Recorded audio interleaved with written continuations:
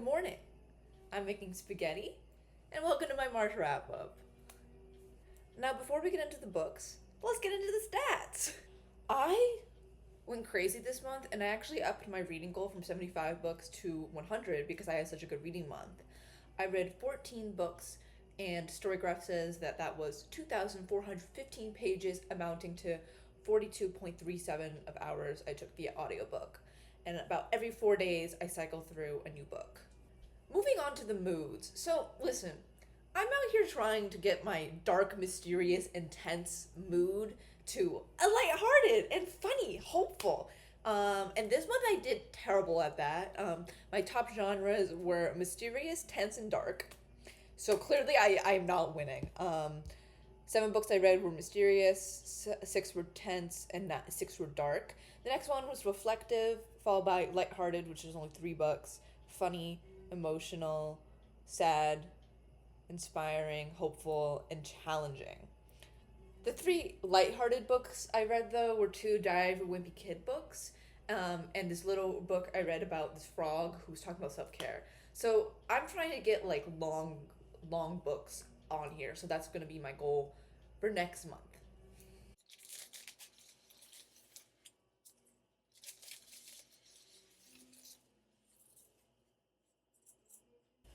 Moving on to pace, the majority of books I read this month were fast paced. I do prefer fast paced books to slow paced books, which is why slow paced has such a small chunk up there. And I feel like most books kind of fall underneath the medium category, so I'm not too surprised about that one. And the majority of books I read this month were less than 300 pages, which is probably why I was able to read 14 books. They were all quite short. I had a good time with them though, and 22% of books I read were 300 to 499. I haven't been really reading long books lately. I do want to get back into that groove, but right now it's just not her time. I read only 2 nonfiction books this month, and the other 12 of them were fiction.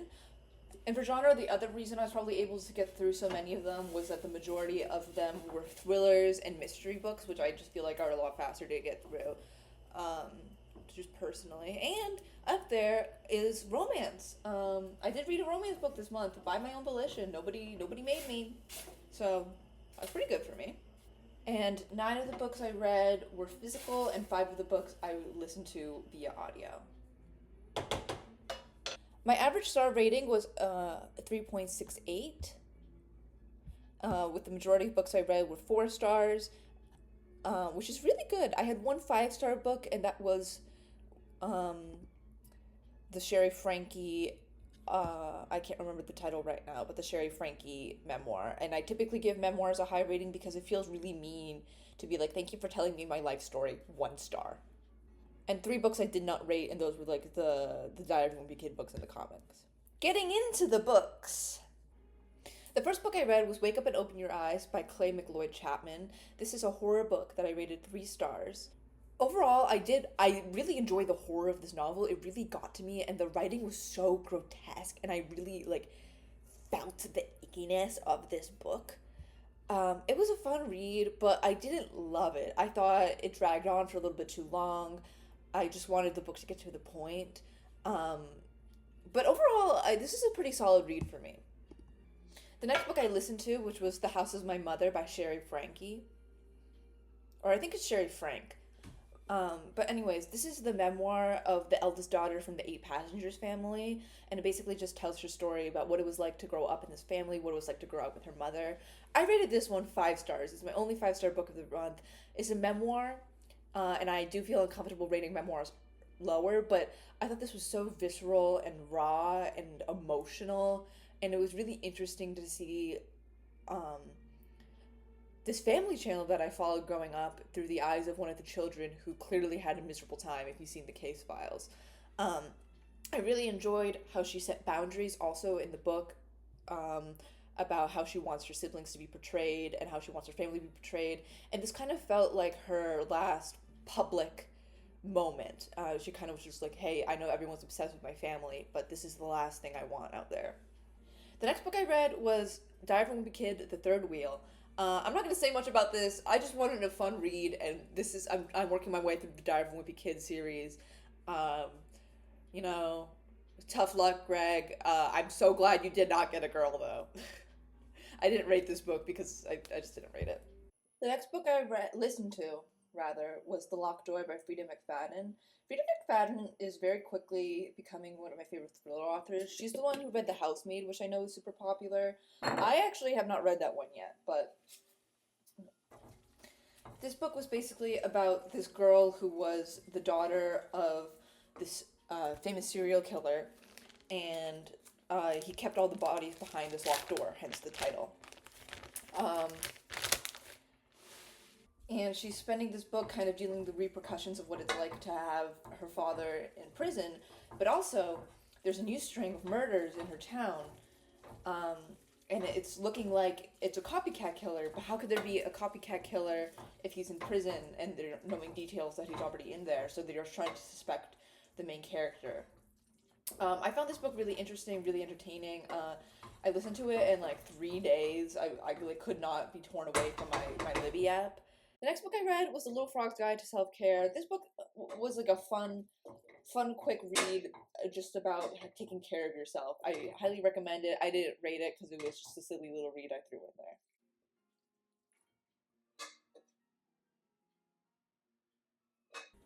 Spaghetti break. The next book I listened to was Something She's Not Telling Us, which I read for the buzzword readathon, and it had the word thing in the title. Um, yeah, this book was just mid. Not much else to say about it. It was just like I rated it 3.5 stars. It was just like a basic thriller about um, this woman who um, is living in New York with her husband, and all of a sudden her brother brings in her husband and her daughter, her 5-year-old daughter, and all of a sudden her brother brings in this new girlfriend, and all of a sudden one day, um, the little girl Daisy disappears, and the mother is like, the girlfriend took her, and that's basically all it's about. It was fast paced. I was entertaining. I listened to it, yeah, but it took me um, quite a few days to. It took me about a week or so to read, which compared to the Freedom McFadden book, which I gobbled up, it did take me a long time. I found myself, I typically try to consume audiobooks instead of YouTube videos when I'm doing something that I want to put sounds on in the background, like diamond painting or something. Um, and it held my attention, but I was quite bored towards the middle, so it was all right.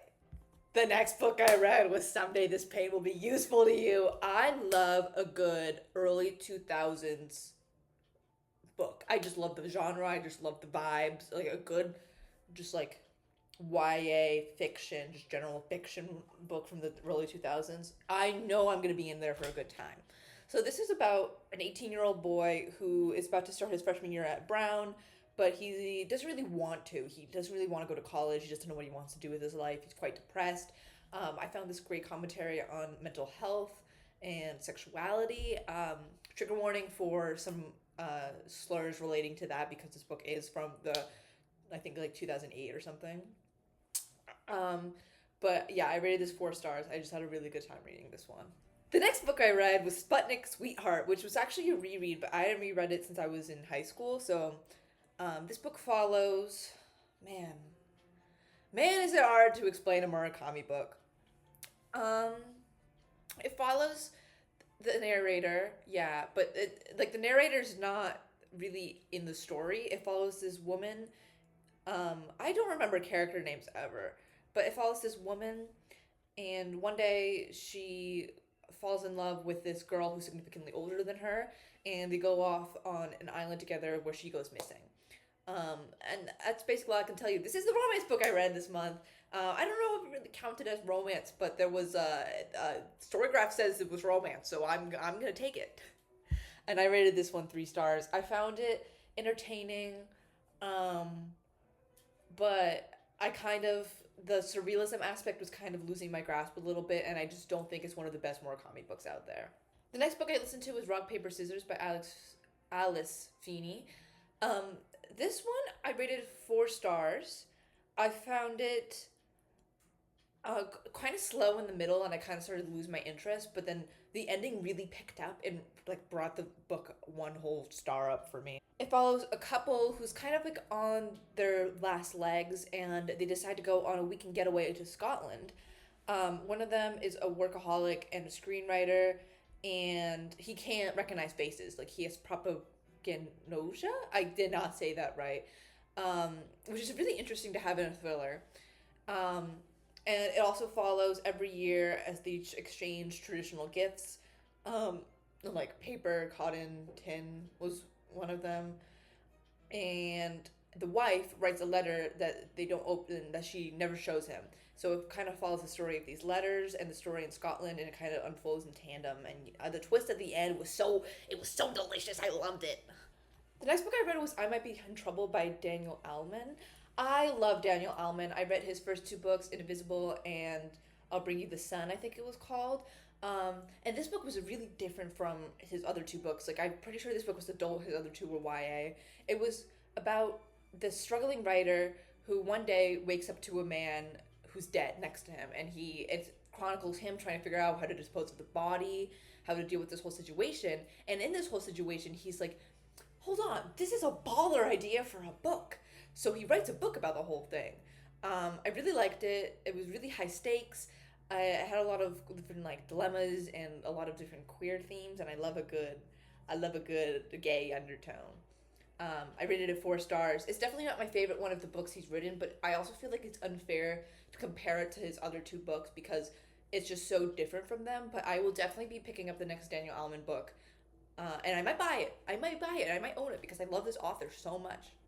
The next book I read was another horror book. It was Fever Dream by Samantha Schweblin. Don't know if I'm saying that right. And it was translated by Megan McDowell. This is a like there's no chapters in this book or anything. It's basically just one long surrealist book. It's a fever dream about this woman who's dying, who's lying or dying, yeah, dying in a hospital clinic, and there's a boy who's sitting behind her and he's not related to this woman at all, and is kind of telling this haunting tale. That's about all I'm gonna tell y'all because I don't want to spoil anything. I thought this book was genius. Like I thought the concept was amazing. I did rate this book for 2.5 stars because I just don't think I was the target audience for it. It kind of missed the mark for me, but I was reading through a review for the book, and it does seem very well loved, and I do highly, highly recommend this book if you're looking just for a good surrealist read where you're kind of confused along with the, like, um, it's kind of reverse dramatic irony where the characters know what's going on, but you don't. I didn't love it, but I don't regret reading it. The next book I listened to was another Freedom McFadden book. This one was The Perfect Son. And it's about this woman who has a son who seems perfect. Like he's a jock, he's good looking, all this stuff is going for him, but he's a psychopath. And the mother kind of believes that this girl goes missing who he had a crush on, and she kind of suspects him being involved in the kidnapping and murder of this girl. I really enjoyed this book. I really love the way that Frida McFadden executes her novels. I do understand that I see a lot of critiques about her, that her books are not realistic, but when I'm reading a fiction book, I suspend my disbelief, especially a thriller. I just let the themes roll. I rated this 4 stars, but I didn't really love the twist at the end. I didn't really think it made sense along with the rest of the book, but it did shock me, so. And then I read another Diary of a Wimpy Kid book after that one, which was Hard Luck, the 8th one. Still continuing on with my Diary of a Wimpy Kid series. I'm just trying to reread the whole series because I read a lot of heavy books, and sometimes I just like to have something light in between. The final book I read this month is After Dark by Haruki Murakami. So the challenge with this book is this book takes place all in one night, and the challenge is to read it all in one night so you can experience it along with the characters. And the first time I read this book, I didn't do that. And I read it over a course of like 4 or 5 days, and it's only 200 pages. And this time I just decided to pull an all-nighter and read it all in one night. It made the experience so much more immersive.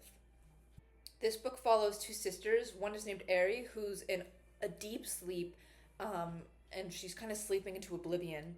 and it follows her sister Mari, who is sitting at a Denny's diner. That's how it starts, and she gets caught up in this love hotel, and this incident that happens at this love hotel, and she has to help cover up this incident and take care of it. I really enjoyed this book. I definitely enjoyed it a lot more reading it all in one night. So I do recommend reading this book in one sitting. I rated it 3.5 stars. Um, I really I found it fast paced. I found it introspective and surreal. Um, and it was very quiet. Like everything that happened in the book, you could feel the quiet of the night. I just really enjoyed this experience. So those are all the books I read in April in March. It's April now. Let me know what you guys read, and that's all for me. Good night.